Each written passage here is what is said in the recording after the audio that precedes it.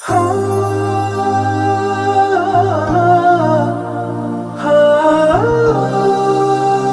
di Japri 2 hari yang lalu dari salah satu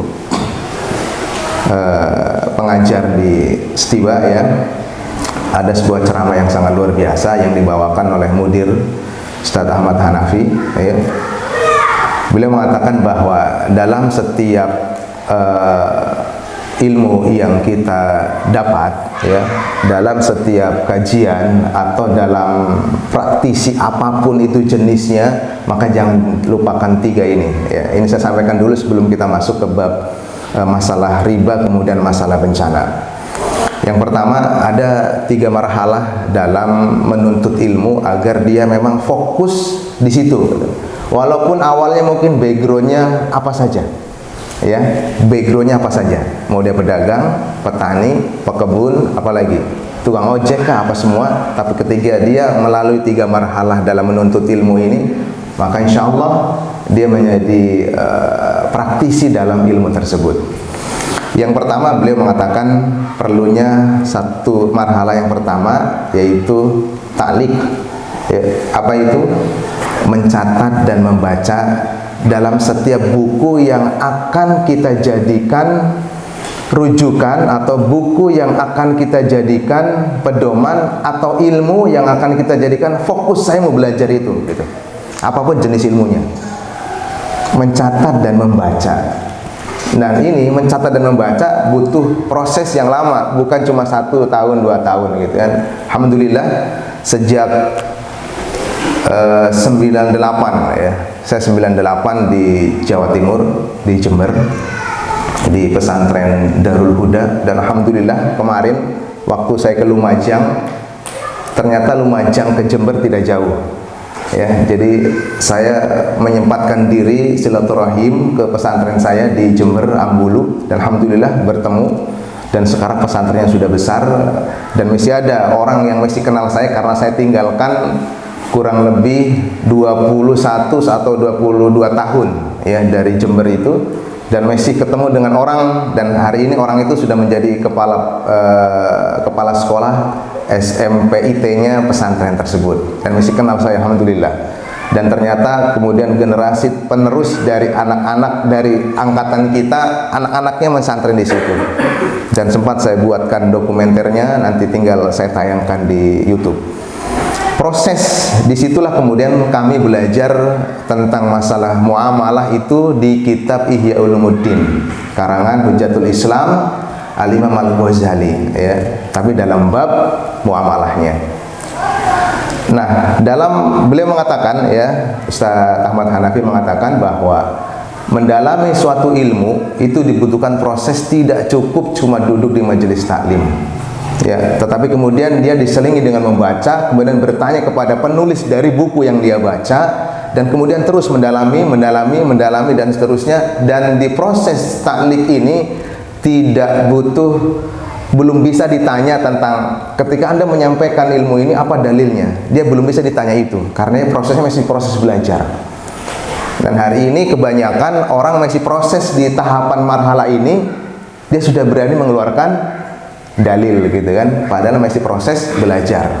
Dan belajar ini tahapnya tidak cukup 1-2 tahun, bahkan sampai 3, 4, 5 tahun untuk mendalami satu buku ini. Dan alhamdulillah buku yang ada di hadapan saya ini saya dapat 2018 saat kami tugas di Bangka Belitung ya, tepatnya di Pangkal Pinang ya. Saat itu kemudian diberikan hadiah sebuah buku yang memang saya cari-cari, yaitu Ada Apa Dengan Riba. Ini buku ini kami dapat di sana dan kami pelajari sejak itu hingga hari ini tidak selesai-selesai, dalam tanda kutip. Dalam belajar sebuah buku itu memang nggak ada selesainya.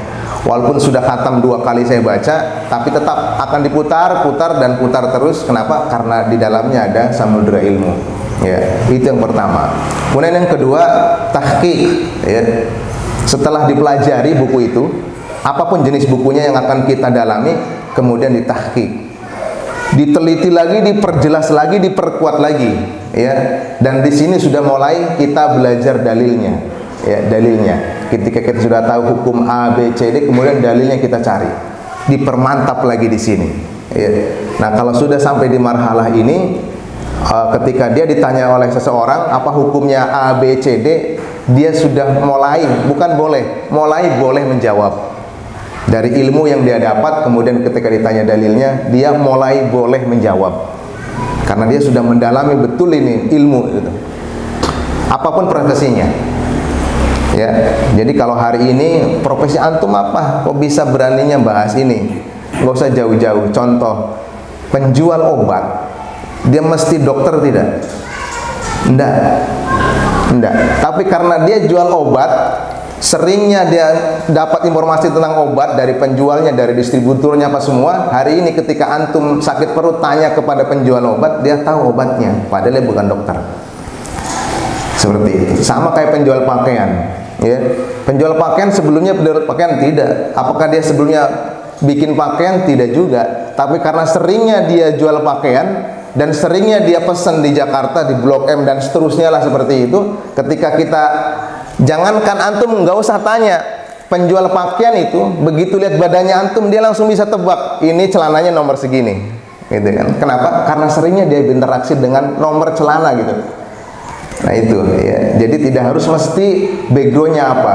Ya, Ustaz Abu Ridho itu backgroundnya pemotong kambing sebelum tidak, gitu kan? Tapi ketika hari ini, karena beliau seringnya berinteraksi dengan kambing, gitu kan? Lihat kambing tahu ini umur berapa, gitu. Dan tahu berapa kilo ini untuk orang berapa, tahu gitu kan. Tapi kalau itu ditanya ke saya tidak tahu, ya, tahunya makan saja kan gitu. Dan secara umum juga seperti itu, ya. Itu yang kedua. Kemudian yang ketiga, tadqiq, lebih teliti dari cuma tahqiq, di atasnya lagi, gitu kan. Nah, inilah yang harus dimiliki oleh para penuntut ilmu, ya. Jadi dalam mendalami sebuah ilmu itu tidak cukup hanya sekedar baca buku saja, apalagi bukunya cuma satu. Nggak boleh, patokannya cuma satu, nggak boleh.